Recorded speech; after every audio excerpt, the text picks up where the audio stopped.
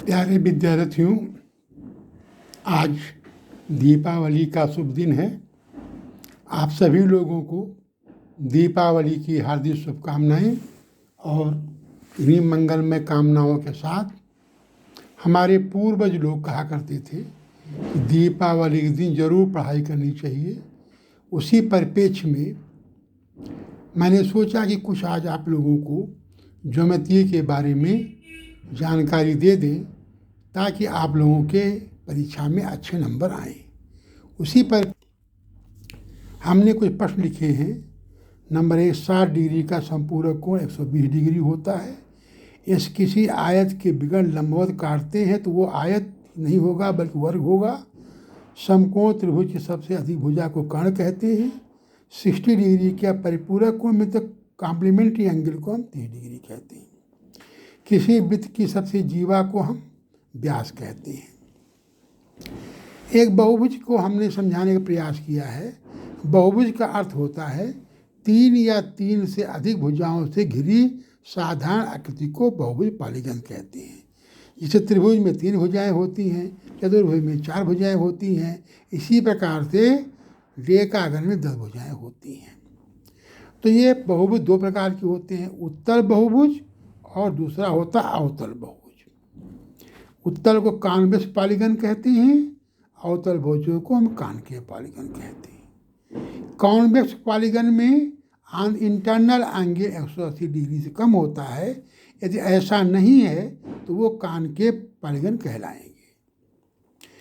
इनमें कोणों का मान निकालना अगर है तो उत्तल बहुभुज के लिए या अवतल बहुभुज के लिए दोनों केस में आंतरिक कोण बराबर होगा 2n-4 बटा n इंटू ऊपर 90 डिग्री।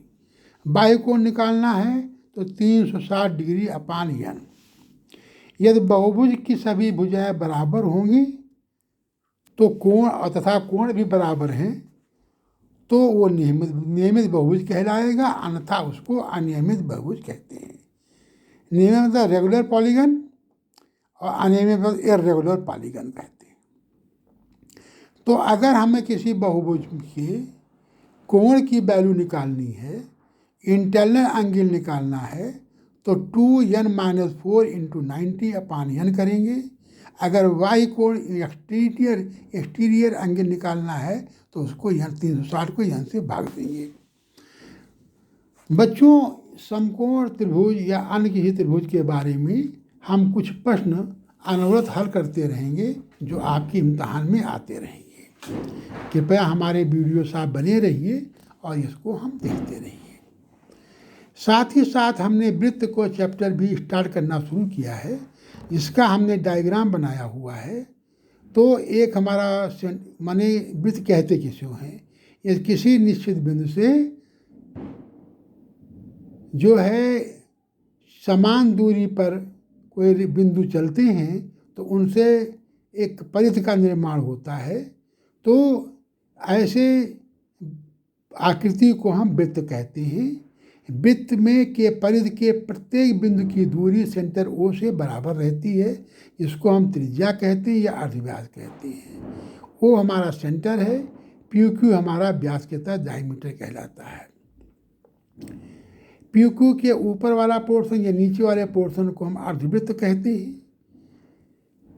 OAB हमारा आर्क है, APRQ भी हमारा आर्क है।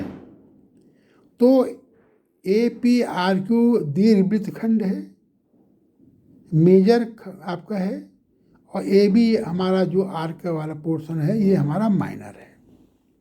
तो इस प्रकार वृत्त में हमने कुछ जानकारी आपको दी है। किसी बिंदु पर किसी बिंदु से हम एक रेखा खींच सकते हैं जिसको हम टेंजेंट भी कहते हैं।